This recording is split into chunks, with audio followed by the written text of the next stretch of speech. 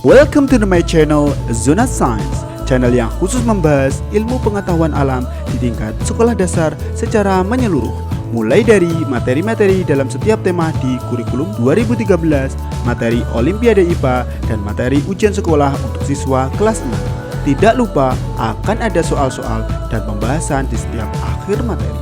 Tanpa berlama-lama lagi, let's check it out. Halo adik-adik, jumpa lagi dalam Zona Science. Di video kali ini kita akan membahas lanjutan soal pertumbuhan dan perkembangan manusia. Dalam video sebelumnya kita sudah membahas soal nomor 1 sampai 25. Di video kali ini kita akan membahas nomor soal 26 sampai 46. Bagi yang ketinggalan video sebelumnya, link sudah ada di kolom deskripsi atau cek di atas video ini. Bagi yang sudah mengerjakan nomor soal 26 sampai 46, mari kita bahas soal-soalnya. Kita mulai pembahasan soal kali ini dari soal nomor 26. Masa pubertas anak perempuan terjadi pada usia titik-titik. Masa pubertas anak perempuan terjadi pada usia 9 sampai 15 tahun. Kita lanjut ke nomor soal 27.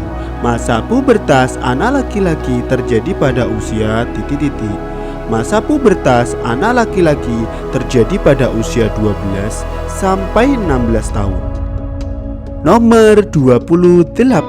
Ciri perubahan tubuh pada masa pubertas dibedakan menjadi dua, yaitu titik-titik. Ciri perubahan tubuh pada masa pubertas terbagi menjadi dua, yaitu ciri primer dan ciri sekunder. Nomor 29. Ciri yang terjadi di dalam tubuh disebut ciri titik-titik. Ciri yang terjadi di dalam tubuh disebut ciri primer. Nomor 30. Ciri yang dapat terlihat dari luar dan dapat diamati disebut titik-titik. Ciri yang dapat terlihat dari luar dan dapat diamati disebut ciri sekunder. Nomor 31. Ciri primer pada laki-laki adalah titik-titik. Ciri primer pada laki-laki ditandai dengan mimpi basah. Nomor 32. Hormon reproduksi pada laki-laki yang memproduksi sel sperma adalah hormon titik-titik. Hormon reproduksi pada laki-laki adalah hormon testosteron. Nomor 33. Ciri sekunder pubertas pada laki-laki yaitu titik-titik. Ciri sekunder pubertas pada laki-laki antara lain dada, pundak, dan bahu menjadi lebar atau membidang, tumbuh jerawat dan bau badan, suara membesar dan berat, tumbuhnya rambut di ketiak dan di sekitar kemaluan, tumbuh kumis dan jagung, otot tubuh berkembang lebih besar dan menonjol. Ke nomor 34. Ciri primer pada perempuan adalah titik-titik. Ciri primer pada perempuan ditandai dengan menstruasi atau haid. Soal nomor 35. Proses meluruhnya sel telur karena tidak dibuahi disebut titik-titik.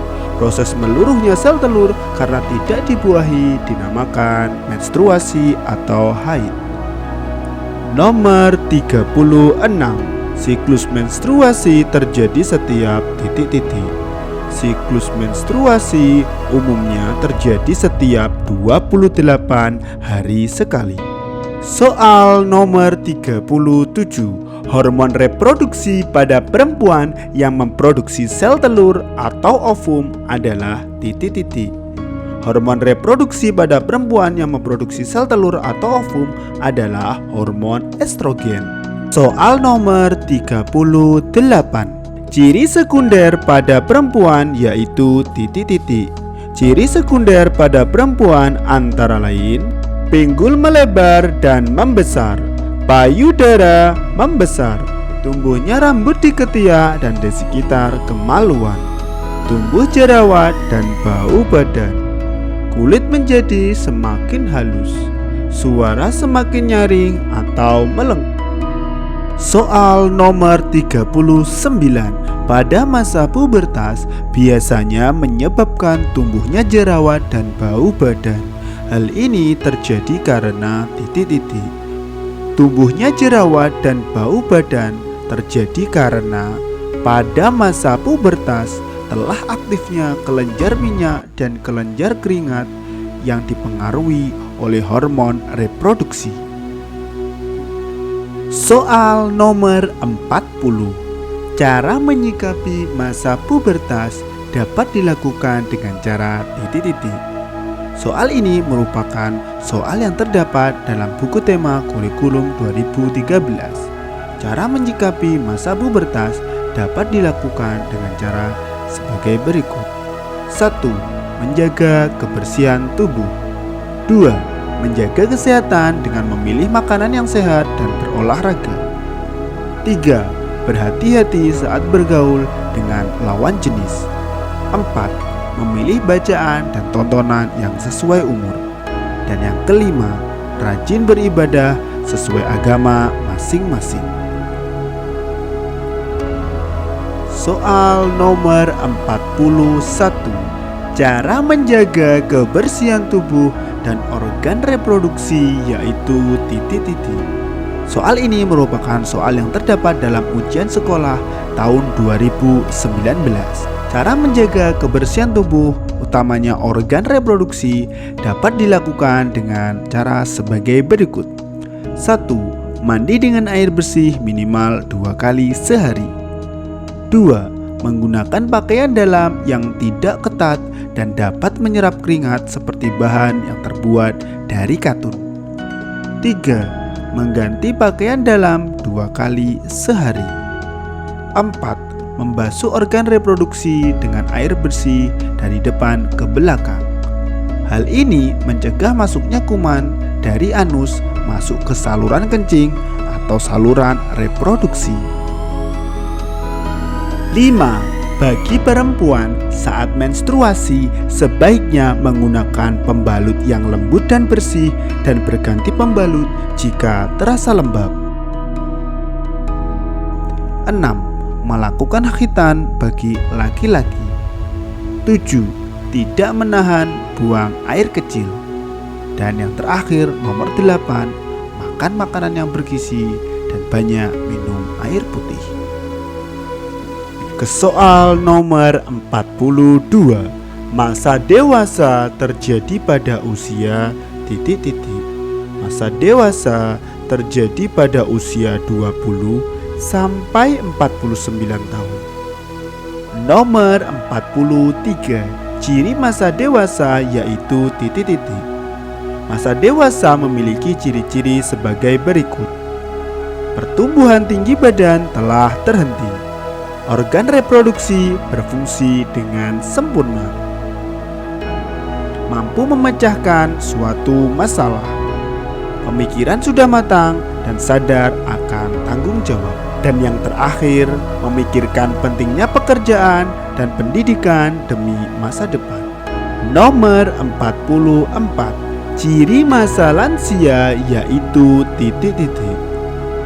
Ciri masa lansia antara lain kekuatan tulang berkurang, jika cedera akan susah sembuh.